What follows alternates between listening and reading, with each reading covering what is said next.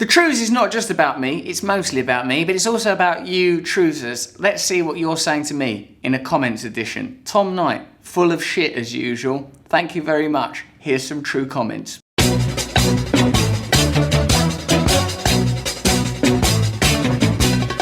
The first comments relate to the episode we did about austerity protests and how they're ignored by mainstream media, and why anti-austerity protests. God, it sounds boring, doesn't it, an anti-austerity protest? People just protesting against poverty and cutting welfare and being pro-greedy. People are protesting against that. It's not on the news for some bloody obvious reason. There is no mileage for institutions that benefit from things being the way they are in reporting on the huge appetite for change. Max Wolf.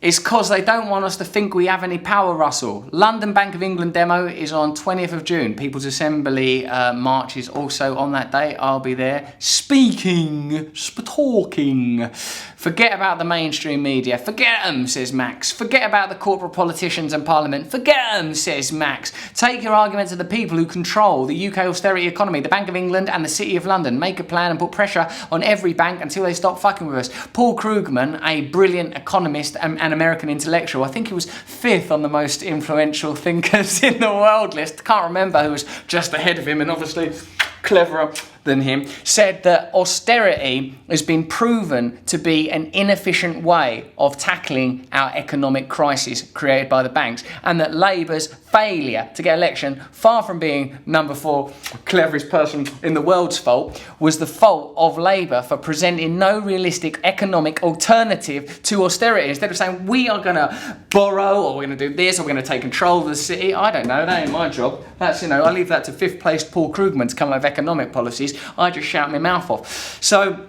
Max Wolf's comment is spot on.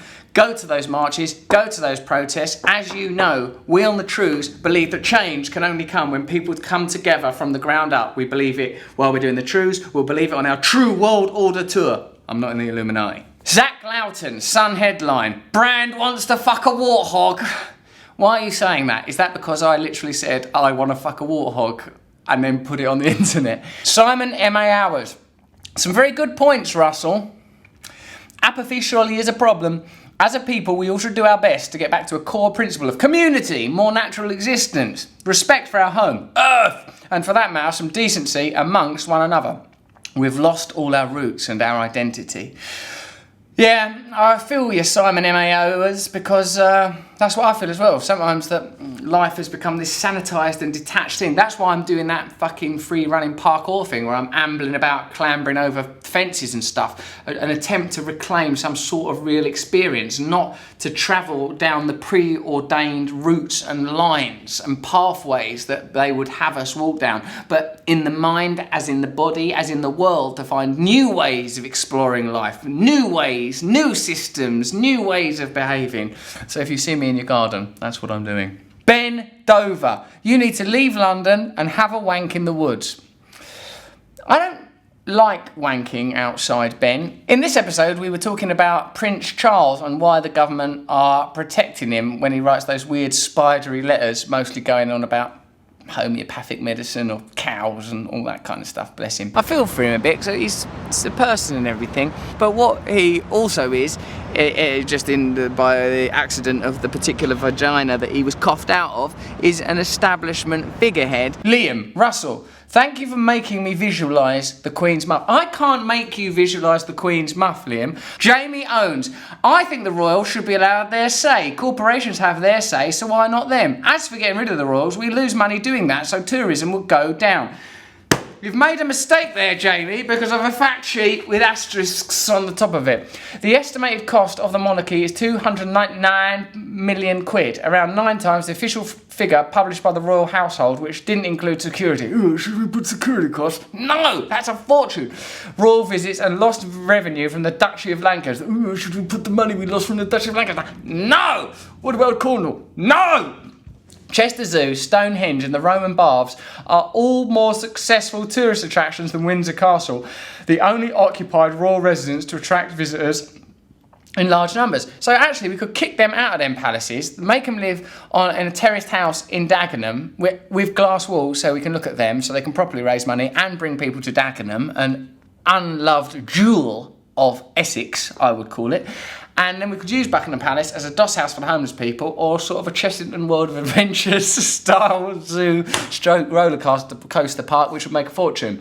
A report claiming the royal family generate 500 million of inbound tourism spending was found to be deeply flawed and made up. Ooh, should we make up a figure, say we make 500 million quid? Yeah. To get the figure, Visit Britain took previous research which found that 28% of visitors were attracted by Britain's culture and heritage, then estimated that a quarter of Britain's heritage attraction had ties. Ooh, there's ties, that's part of us, with the monarchy. 500 million is simply a quarter of the estimated total. What a dubious, slippery, sly figure that is, and how perfect for the lizard Illuminati royal family sent here from another dimension. Sent here from another dimension. Pay close attention. That's some true news. Subscribe here.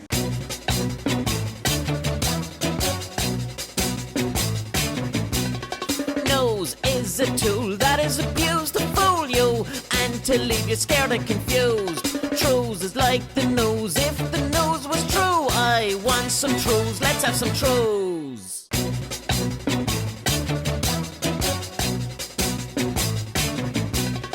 Nose is a tool that is abused to fool you and to leave you scared and confused. Trews is like the nose. If the nose was true, I want some trews. Let's have some trews.